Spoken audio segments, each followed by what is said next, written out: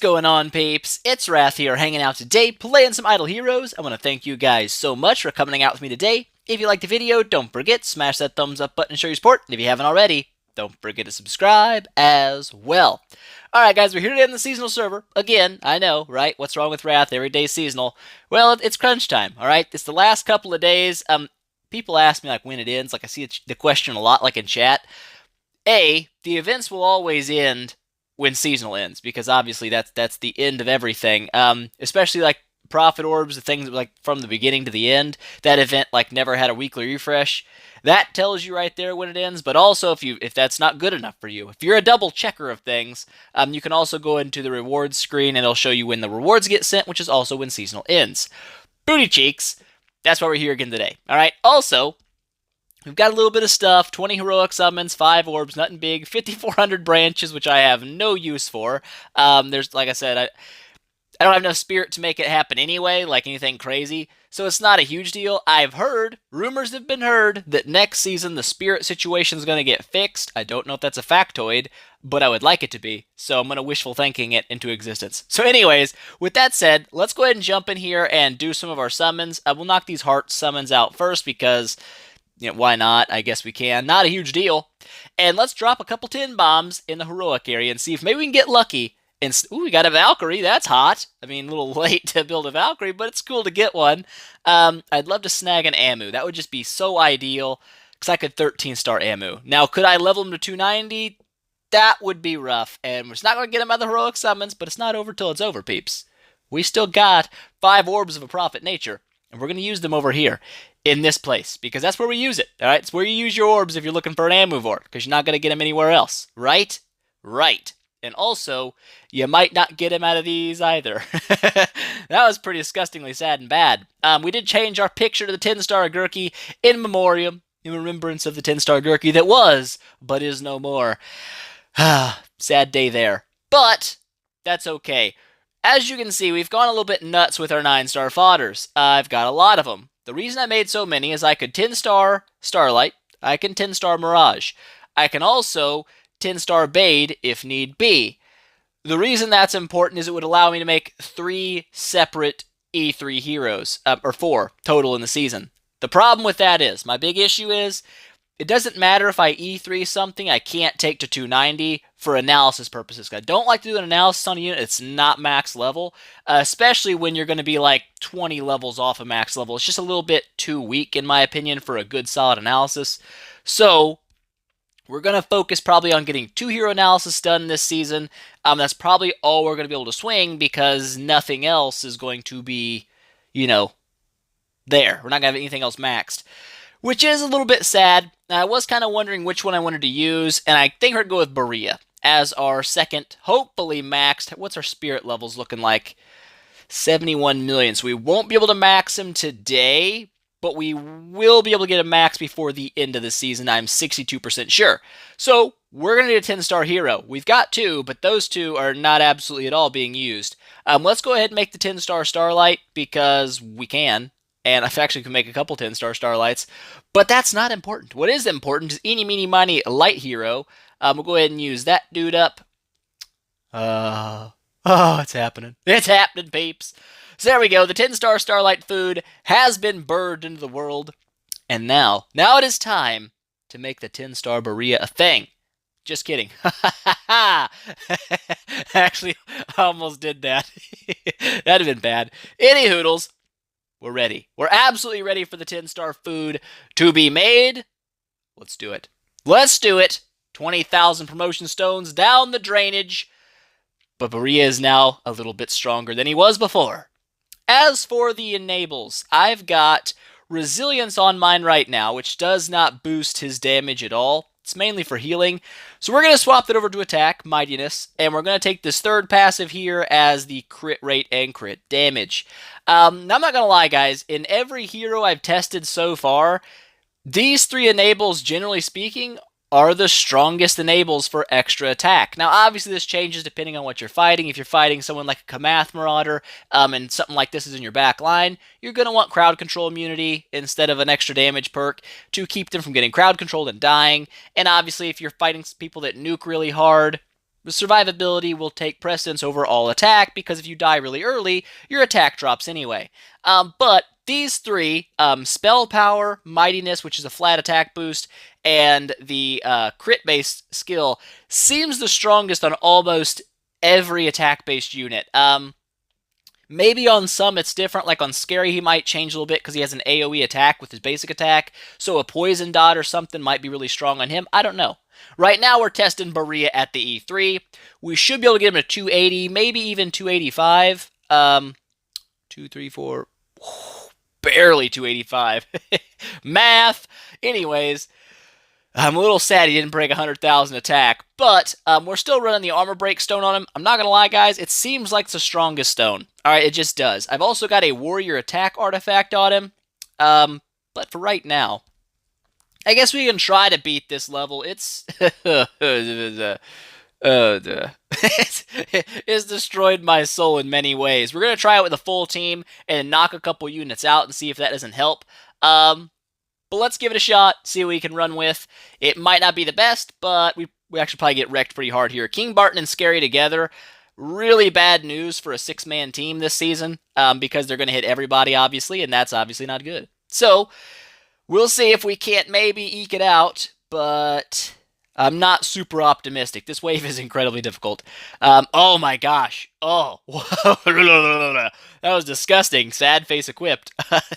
Let's try that again. Let's kick out Heartwatcher, and Cruz has the heal. I need Cruz's heal. I can ditch Amu, and we'll see if this 4-man team isn't maybe a little bit stronger. It's counterintuitive, I know, but this is only for seasonal. It's not for, like, every day. Like, in official, you get no bonus from a 4-man team. It's absolutely stupid to do that, unless you're, like, just trying to eat. It doesn't matter. It doesn't matter how you run that. It's just not a good idea. But because HP is linked, oh my god, those Jaras just took a giant dump on my soul. Thanks a lot for that. I really appreciate it. But in seasonal with the HP link, sometimes, like against all Scary waves, you're better off running 4 units than 6 because Scary's going to hit everybody with his active skill. Having an extra unit in your line just means there's an extra person taking extra damage for your team. So sometimes it's better off to just, screw it. And yeah, do these guys get like a... No, they don't. I don't think I'm stunning people enough. Yeah, this is not going to happen. Okay, so 508's where we end on the tower. There's no way we're going past that. It's retarded and dumb, and I kind of hate it a little bit, but whatever. That's not the point, okay? Sometimes things are retarded and dumb. But you know what? Whatever. Let's do some broken spaces instead to maybe feel better about myself. We're on the 400 boss. That feels hot. Let's go ahead and just buy 10 of these suckers because... Why not? Why not buy 10? If you're going to buy one, buy 10. It's a thing. Maybe not a thing, but it could be. Anyways, let's test out this hot Barea action we've got going on. We're going to run him... You know what? Yeah, let's run him with the warrior. I think it's a warrior. We'll run it with the warrior artifact first and see what his damage output's like. And then we'll swap him over to like the Punisher staff or the antlers and kind of get a test on the different artifacts. How's that sound? Sounds good. All right, I've already made the decision. It's happening. All right, you're just going to be along for the ride. Let's see how it goes. Hopefully with that spell power proccing up, he'll hit pretty nasty crits.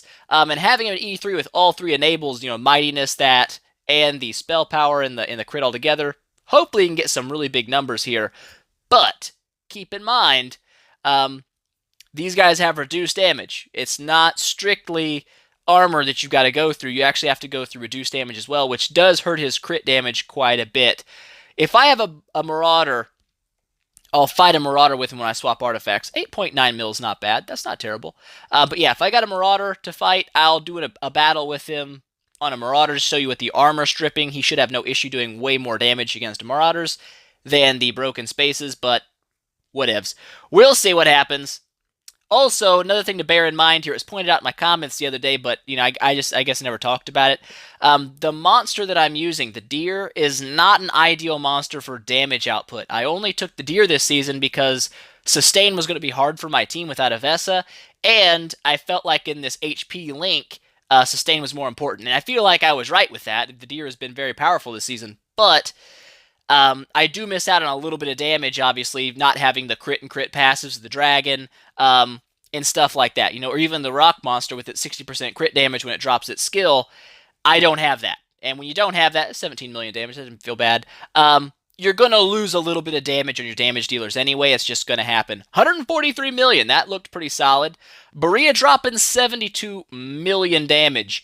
The class-based artifacts do make a big difference, but also being Enable 3 definitely makes a big difference. Having all three of those enables stacking together, plus the higher level, does boost the crap out of their damage. Now, if you're on official, your Barea is not going to do as much damage because you can't pick your enables. You're locked into 3. You will get mightiness, but no spell control for you, and no crit on round 4, which is a little bit sad for you guys, but it's okay.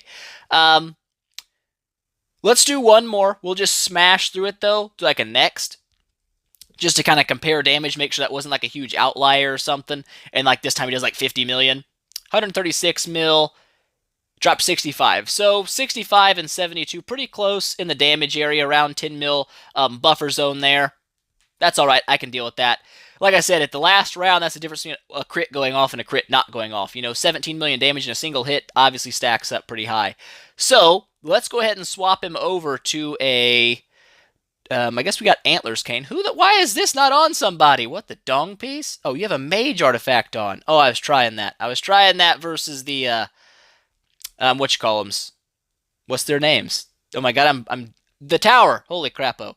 Whatever, not a big deal. I'm just a little brain dead. Antlers isn't bad. Skill damage is nice. The precision's not super useful, but 25% attack isn't bad. And when I tested before, because I did test before, the Antlers and the Punisher Staff actually had a pretty similar damage output. So, I don't know if it'd be worth swapping that on. Let's just go with the Antlers and see what kind of damage we're putting out with the Antlers instead of the Warrior Damage artifact, because those are, believe it or not, very important. We'll watch this one out too, just because we can, and we're going to. And then we'll see and hopefully see a Marauder in our deal that we can do a little bit of a battle on and see if his damage doesn't go up a little bit or down. If it's a Walter Marauder, I don't have any Assassin artifacts. If it's a Margaret that I can find, I do have a mage damage, so we should be okay there. I don't think... Either way, I mean, if it goes up, the next one's ODO1, so... Right? I feel like that's correct. But that's still mage anyway, so it should be good there. Anyways, let's see what we can hit here without the damage to warriors. I do believe this little midget man is indeed a warrior. I'm like 65.5% sure that that is correct, because I tested it the other day. So actually, I'm 100% sure. All right, 65 was a lie. 100% is the number we're looking for. So let's see if we can get some... ooh, the crits aren't looking quite as high. So we'll see. We'll see. I'm assuming that the warrior damage artifact will outdamage the Antlers, but you never know. Sometimes things are really weird. Like for Amuvor, the Punisher Staff is actually equally effective as having a 90% damage boost to warriors. Because I tried it on Amu as well, and I was like, oh, well, I wouldn't have figured that. I would have assumed that having the extra 90% damage would have boosted his damage more than the artifact. For crit, I was wrong. So you never know. That's what testing is for, peeps. It may sound good on paper. If it doesn't actually pan out, it doesn't pan out. You know what I'm saying? So that's why we're here. We're here to test things out and smash booties and just make a good day out of it. 11 mil on that last hit makes me think for sure he's hitting less. What did we end up with? 120 mil. Not bad. Yeah, 46 million damage. So you're looking at about a 20 million damage loss by swapping off that the other deal. Let's do a smash. Like I said, we'll do a battle and we'll exit really fast just to check numbers and make surezies, because that's always nice. It's always nice to do that. Make sure I didn't get like a really low hit or something. 117, 49 mil. So about a 10 to 15, 20 million damage reduction by swapping off that warrior damage artifact. So that's something to pay attention to. All right, definitely makes sense to run the artifacts that you can. Van, what are you rocking here? You're rocking a Walter. I don't know if I can do 20% damage in a single hit, but butt cheeks. I know for a factoid there's no assassin artifact that I do have leveled up. Everything but assassin. I've got the mage, I've got the warrior, I've got the ranger, I've got the priest. No assassin. I didn't get enough dust to level that up. Actually, you know what? You know what a guy might be able to do? It's close to the end of the season. We're not saving that dust for anything special. Let's add that dude in there. I'm not going to use that reduced damage artifact at all. So that's going to be something. Those are damage versus assassin. Add a couple of those. Actually, we can definitely get a max assassin damage artifact going in. So when you can do that, obviously, duh, you do it. I'd like to see. I'm gonna do all this, and I'm gonna go back in there to fight him, and he's gonna be gone. What do you want to bet? Someone will kill him, and be like, ah, sad face. But That is just life. That's the way things go. Let's go ahead and get this done. There it is. The maxed assassin damage is now a thing. Let's go smash a Walter's booty. That is the tavern. That is absolutely not where I'm going. So anyways, he's going to stun backline units. Because I want to maximize Barea's damage, I'm going to put him in front so he doesn't get stunned. That's my game plan. Everything else, you're on your own. It's up to you. Pull through. I hope we don't kill him outright. I don't think we will. 20% of a Walter's health is probably a pretty substantial number. I've never actually mathed it, but I would assume that it's pretty freaking high, all right? So we're going to see. I guess we're going to see. The crits aren't coming in hot and heavy yet, but it's not round 4. There we go. 311 on the basic attack. That's what I'm talking about. And remember, guys, like I said, your Marauders only have armor that you have to go through. If they do have reduced damage, it's very, very low. The broken spaces bosses are where you're going to run into a lot more trouble with reduced damage, so holy god, yeah, we're going to do a lot more. That's 20 million at round 7. Oh man, you're in for a hurtin', my friend. I feel bad. I don't feel bad. Actually, I feel pretty good. It's nice to see 20 million damage drop that early. I'm happy with it. Very happy with it. So let's see. 25 million. Yeah, I'm assuming his damage is going to be pretty stupid right now. But like I said, it goes to show you guys how important class-specific artifacts are.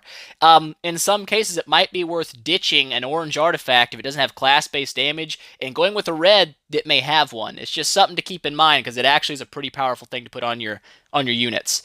So we'll see what he does after this. I'm expecting a pretty decent amount of damage. Probably, I don't know, 100 mil from Barea. I feel like that would be a good number, but I don't know. And there it is. We did 242 million damage. That's not bad, not terrible for a team that's based solely around pretty much not super PvE heroes. I mean, Amuvor is all right. His damage isn't amazing, but whatevs.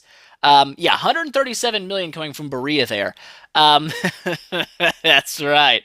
Without that artifact, I guarantee that number's nowhere near as high. But like I said, guys, if you can get a class-based orange artifact especially, it's a lot of the time far more beneficial to run that on your unit than something that sounds better on paper, like, oh, the Punisher staff, crit and crit damage and attack, that's huge. Yeah, it's a big buff, especially for PvP when you don't know what you're going to be fighting, but when you have a target like a guild boss that you know their archetype or their class, whatever it is, then you might want to weigh putting on those artifacts. It does make a substantial difference in your damage, but that was pretty nice. I'm happy with that. Woo! Is that 1,000,000 points? We just made 1,000,000 points, peeps. How much HP you got left? 5%. That's right. Get wrecked, Walter. Hate yourself a little bit. So, sad face on the not being able to level him up to 290 all the way. But you know what?